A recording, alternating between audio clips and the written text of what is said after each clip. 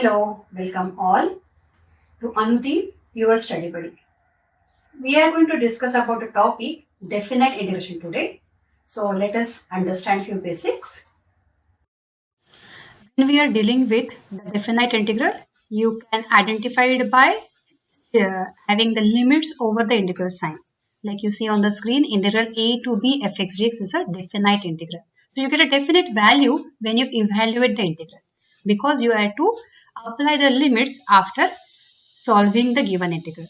So the basic formula, fundamental formula to evaluate the definite integral is integral a to b fx dx is equal to g of b minus g of a. So whatever the evaluation that you have for the function fx is g. And then after substituting the upper limit minus lower limit, you will be getting the final answer. Property 1 says that if you have the same limits, upper and lower limit is same, then the evaluation of that integral becomes 0. So integral a to a fx dx is 0. Integral fx dx, integral a to b is same as integral minus of b to a. So if you reverse the upper limit and lower limit, you get a negative sign with the same integral. Third property of definite integral is integral a to b fx dx is equal to f of a to ft dt. If you are just simply interchanging the variable inside, the value of that integral remains the same. That is what is the meaning of property 3. And then property 4 tells you that you can split the whole limit for the given integral into two parts. So if you have integral a to b fx dx, it can be written as integral of a to c plus integral c to b. That is how you split and you solve. That is the property number 4. Fifth property is integral a to b fx dx is equal to integral a to b f of a plus b minus x. So you can replace x by upper limit plus lower limit minus x. That is how you can solve the integral. Property 6 says if you have limit 0 to a fx dx, it can be obtained by 0 to a f of a minus x dx. And the next property is integral 0 to 2a fx dx is 0 to a fx dx plus integral 0 to a f of 2a minus x dx. This property number 8 is very helpful when you see the same limit for upper and lower limit over the integral with the opposite sign. So if you have an integral with minus a to a fx dx, then you can identify if the inside function fx is even or odd. And if it is even, then it becomes 2 times integral 0 to a fx dx and it becomes 0 if you have an odd function. And the way to identify even and odd is given below. If you replace x by minus x and you get the original value back, that is, if f of minus x is equal to fx, it becomes an even function. And if it becomes f of minus x is equal to minus of fx, then it indicates the odd function. So now we have discussed about the standard properties of a definite integral, and we have also identified that when you have a problem of definite integration, we have a limit over the function. So as you can see here, we need to solve integral 0 to pi by 2 root of 1 minus cos 4x. To simplify the term inside the square root, we can use this formula 1 minus cos 2x is equal to 2 sin square x. So here, if I have 1 minus cos 4x, it will be 2 sin square 2x. So this angle will become double. So what I can write here is 0 to pi by 2 integral of it is 2 sin square 2x dx. Right? Now root 2 is a constant, we can take it outside, and sin square term, if we take the square root, it will become sine of 2x dx. Again, integration formula for sine 2x is minus cos x. So you will be getting minus cos 2x. It is a composite function, so divided by derivative of 2x, that is 2. And now we have to apply the limit 0 to pi by 2. So what we are getting is minus root 2 upon 2 and cos 2 into pi by 2 minus cos of 0 2 into 0.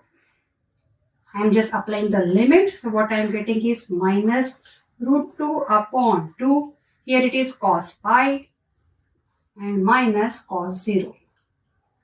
Now, what is the value of cos pi? Yes, cos pi is -1, cos 0 is 1, but with the minus sign here.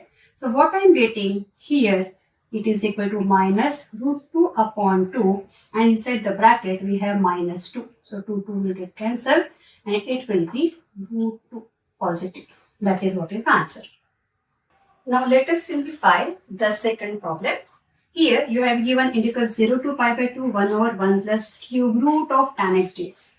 So first thing that we will try to simplify the term inside the integral by rewriting the term in the denominator. So what I can write as tan x as? I can write tan x as sin x upon cos x. And then when I take the LCM, it will be 0 to pi by 2. In the denominator, I will be getting cube root of cos x plus cube root of sin x, and the denominator of cos x I am taking it in the numerator, so it becomes cos x cube root of cos x dx. So after taking the LCM, we will be getting this term. Now we will be using the property of definite integral, that is 0 to a fx dx is 0 to a f of a minus x dx. So what is the value of a we are having here? A is our pi by 2. So let us apply the property. So by property, what we get is, wherever we have x, we are going to replace it by pi by 2 minus x. So here it will be cos of pi by 2 minus x upon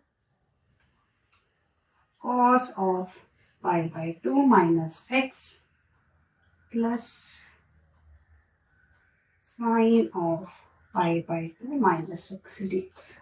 Now as we know the property cos pi by 2, the formula of cos pi by 2 minus x is sin x, and sine of pi by 2 minus x is cos x. Using this here, we will be getting integral 0 to pi by 2. The term will be sin x cube root of sin x cube root of sin x again plus cube root of cos x. Right? Now let me call this as equation 1 and equation 2. Now if you can observe equation 1 and 2, the left hand side integral has a common denominator, right? So I can add equation 1 and equation 2. So adding 1 and 2, what we get? So left hand side will become I plus I, that is 2y is equal to, now denominator is common, right? So I am just writing it as cos x cube root of cos x plus cube root of sin x. Here in the 1 we have cube root of cos x plus here cube root of sin x. So same term in the numerator and denominator, it get cancelled off. So you get 2i is equal to, limits are 0 to pi by 2, and what remains is 1 dx. Right? So now what is the value? 1 dx, integral of 1 dx is x, and applying the limit 0 to pi by 2. So what I am getting is I is equal to, now it will be pi by 2 minus x. So I becomes pi by 4. That is the final answer. Now let us simplify the next problem. Here you have been given the limit minus pi to pi x 1 plus sin x upon 1 plus cos x dx. So as soon as you see the limit minus pi to pi, you recollect the property for definite integral which says minus a to a fx dx equal to 0 if the functions inside is odd, and it is 2 times 0 to a fx dx if it is an even function. So the first thing that should come to your mind is check if the inside function is even or odd. But as you can see, there are two terms, right? We have a bracket. So let us separate out the bracket first, and then we will discuss about the term if they are. So it is x into 1, that is this, plus 1 plus cos x, first term. And the second term will be minus pi to pi x sin x upon 1 plus cos x dx. Now as you can see, this term inside the term inside the integral is odd function. So this will reduce to 0. and here it is an even function. So it will be 2 times the integral, right? So what I am getting in the next step is, it is integral 0 2 times integral 0 to pi 2 times 0 to a fx dx sin x upon 1 plus cos x dx. I have a cos square term here, so let me make the correction. So in the denominator you have cos square x term. Okay. Now looking at the term inside again, what we realize, it is the pattern of the definite integral 0 to a. So we can use that property and replace x by pi minus x, right? So the property says 0 to a fx dx. It can be written as 0 to a f of a minus x dx. I am using this property now. So when you apply here, it will become 2 times. It is integral of wherever there is x, you replace it by pi minus x. So it will become pi minus x into sin x upon 1 plus cos of pi minus x the square, whole square. Now, by the allied angle formulae, we know this sin of pi minus x is sin x and cos of pi minus x is minus cos x. So by applying this property, what I am getting here is 2 times. Now it will be pi minus x will be as it is. Sin of pi minus x. What is the value? It is sin x. 1 plus cos of pi minus x is minus cos x, but there is a square term. So it will remain as it is. It will be cos square x dx. Now again, we have 2 terms. So let us separate those out.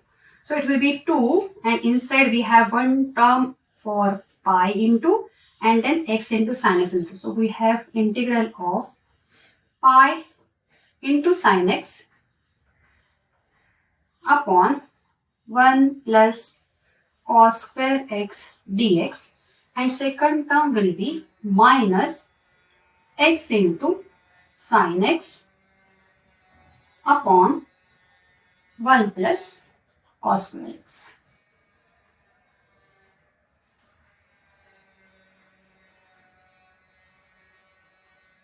Now let us open the bracket. After opening this, you are getting the term.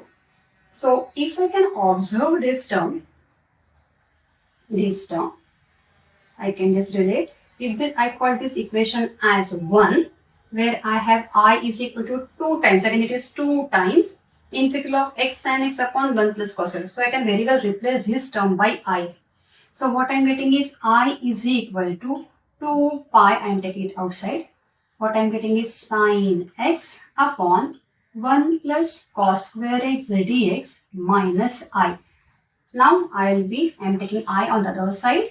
So 2i is equal to 2 pi integral, limit is 0 to pi.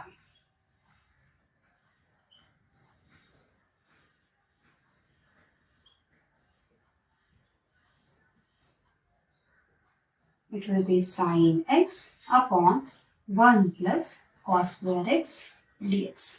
Right? So now it is very easy to solve the integral now. The inside integral, as you can guess, this can be solved by the substitution method. So if I substitute cos t is equal to cos x as my t minus sin x dx will be dt. So as you can observe, we have this term in the numerator, right?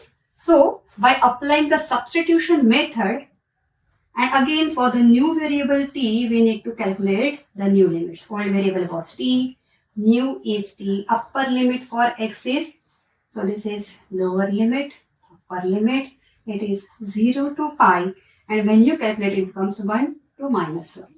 So now my problem reduces to 2i is equal to 2 pi integral. Now everything we are going to rewrite in terms of the t. So limit will be, lower limit is 1 to minus 1. Here it is minus dt. So minus sin x is dx. So I am just transferring this minus sign on the other side. So sin x dx will be minus dt upon in the denominator we are having a 1 plus t square. Now, after writing whole problem in terms of a new variable, what we observe here, again we have a negative sign inside and we have 1 to minus 1. So, by using the property, I can write minus 1 to 1 dt upon 1 plus t square. Again, this is a definite integral property. So, I am using this, and now again it is a form of minus a to a, and when I observe, this is the even function. So, by using the even function property for definite integral, it will be 2 times, right? So, it will be 2 times 0 to a, that is 0 to 1 dt upon 1 plus t square. That is what you are getting. 2 and it is going off. Again, I will be getting 2 pi. Now, the formula for 1 plus t square is tan inverse of t.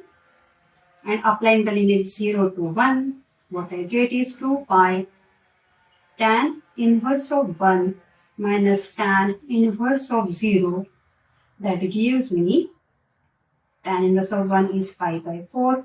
Tan inverse of 0 is 0, giving me 2 pi into pi by 2.